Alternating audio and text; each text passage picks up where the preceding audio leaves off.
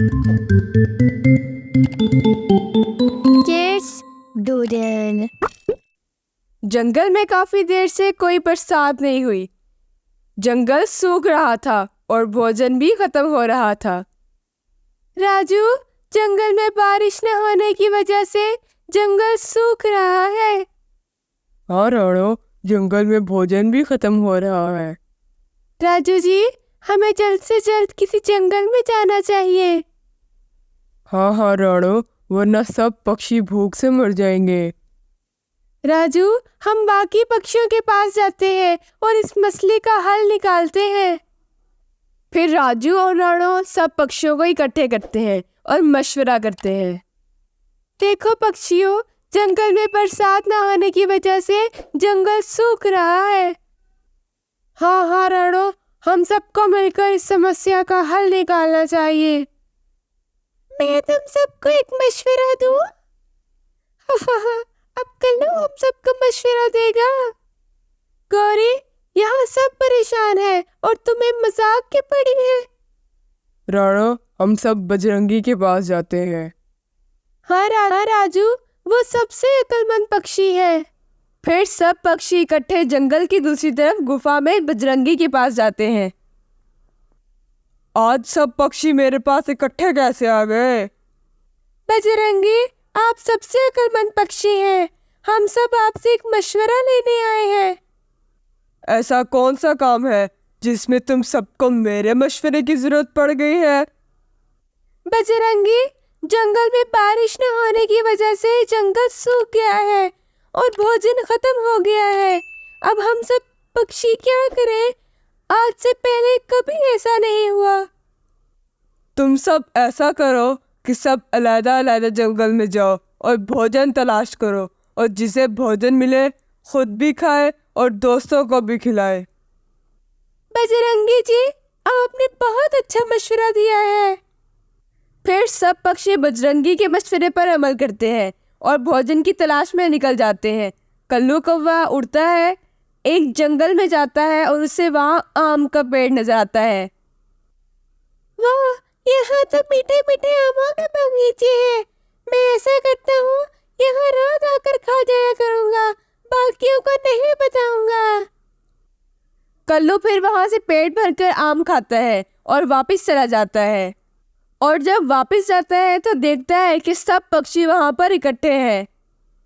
कल्लू, तुम्हें कुछ मिला खाने के लिए? नहीं, मुझे कुछ नहीं मिला।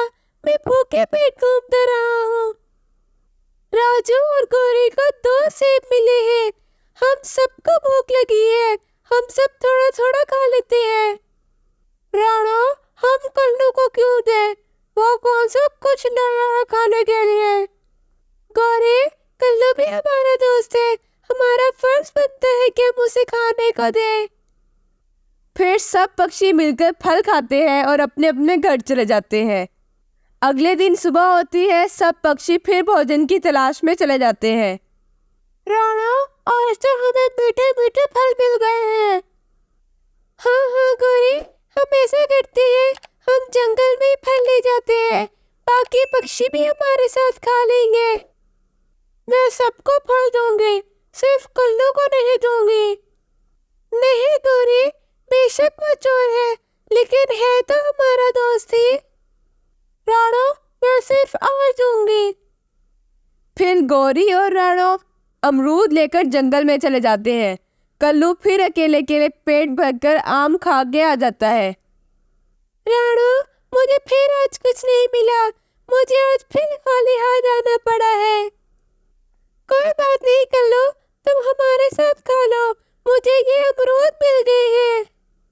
नहीं राणो, मुझे भूख नहीं है, तुम सब खाना। कल्लू, तुमने ऐसा क्या खाया है कि तुम्हें भूख नहीं है? नहीं, मैंने कौन सा आम खाए हैं, मैंने तो कुछ भी नहीं खाया। कल्लू कौवे, मैंने कौन से कहा कि तुमने आम खाया है? फिर कल्लू कौवा वहां से चला जाता है। राणा, मुझे लगता है कि कल्लू रोज कुछ न कुछ खा के आता है और हमें नहीं बताता। हाँ गौरी, मुझे भी लग रहा है राजू कल तुम कल्लू का पीछा करना। अगले दिन सुबह होती है, सब पक्षी भोजन की तलाश में निकल जाते हैं और राजू कल्लू के पीछे पीछे जाता है और उसे आम खाते देख लेता है। कल्लू, तुम हमसे झूठ बोलते थे और रोज इधर से मीठे आम खा कर जाते थे। राजू, किसी को बताना ना, हम दोनों भाई रोज यहाँ से मीठे आम खा कर जाया करेंगे। कल्लू, मैं तुम्हारे जैसा नहीं हूँ। फिर राजू सब पक्षियों को बता देता है कि कल्लू उनसे झूठ बोलता है और रोज मीठे मीठे आम खाकर आता है। कल्लू, हम तुम्हें दोस्त समझते रहे और तुम हमें धोखा देते रहे। सब कल्लू को मारो। फिर सब पक्षी मिलकर कल्लू को मारते हैं और कल्लू को उसके किए की सजा मिल जाती है। पहले एपिसोड में हमने देखा कि कैसे कौवा और चिड़िया एक दूसरे को पसंद करते हैं और शादी करना चाहते हैं। इसके बाद जंगल में कौवा और चिड़िया दोनों के घर वाले मिलते हैं। सब लोग एक साथ बैठकर शादी के बारे में बात करते हैं। नमस्ते, हमने सुना है कि कौवा और चिड़िया एक दूसरे से शादी करना चाहते हैं। नमस्ते। हाँ, ऐसा ही है। हम भी इस रिश्ते के लिए तैयार हैं।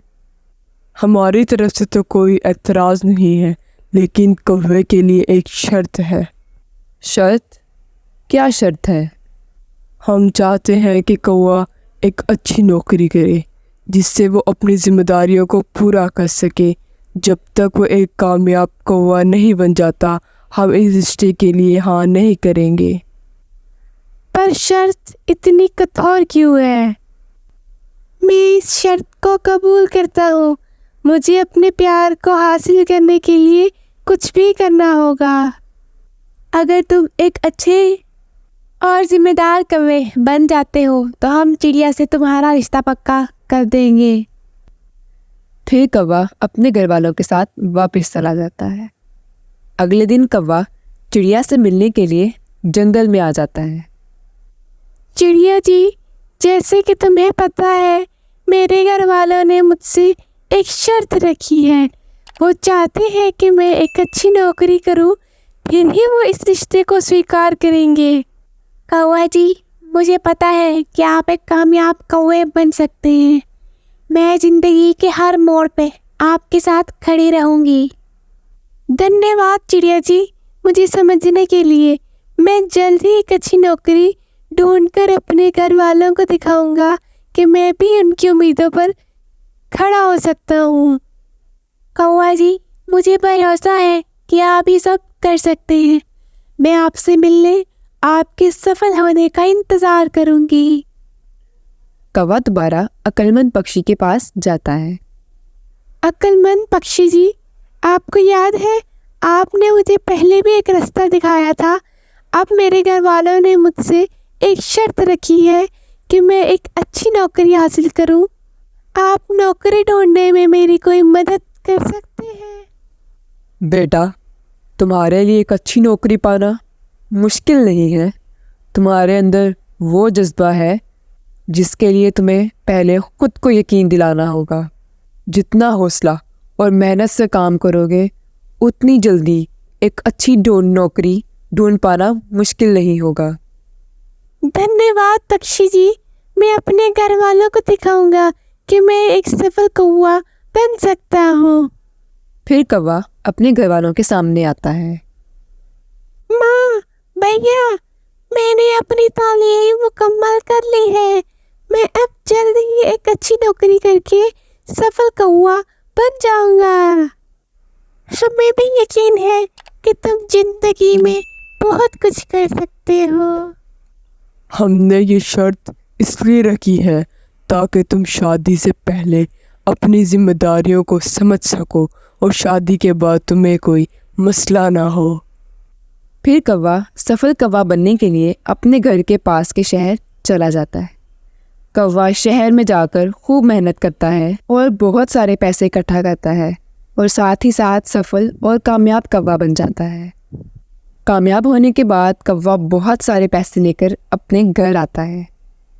माँ, भैया, मुझे एक अच्छी नौकरी मिल गई है और मेरे पास चिड़िया को खुश रखने के लिए बहुत पैसे हैं। अब मेरी शर्त पूरी हो गई है। सच में कौवा, हम तुम पर गर्व करते हैं। तुमने जो कहा था वो सब करके हमारी उम्मीदों को पूरा किया है। अब हम भी इस रिश्ते को स्वीकार करते हैं। धन्यवाद माँ भैया। अब मैं चिड़िया से मिलने जाऊंगा और हम दोनों मिलकर इस रिश्ते को आगे बढ़ाएंगे। कौवे के घर वाले चिड़िया के घर वालों से मिलते हैं और रिश्ता तय करते हैं। हमारे कौवे ने हमें गर्व महसूस करवाया है। हम इस रिश्ते को स्वीकार करते हैं। हम भी चिड़िया की खुशी में खुश हैं। हम भी इस रिश्ते से सहमत हैं। कौवे और चिड़िया की शादी की तैयारियां धूमधाम से शुरू हो जाती हैं। दोस्तों, इस तरह कौवे ने अपने प्यार और अपनी मेहनत से अपने घर वालों को मनाया और चिड़िया के साथ खुशियों भरी जिंदगी शुरू की।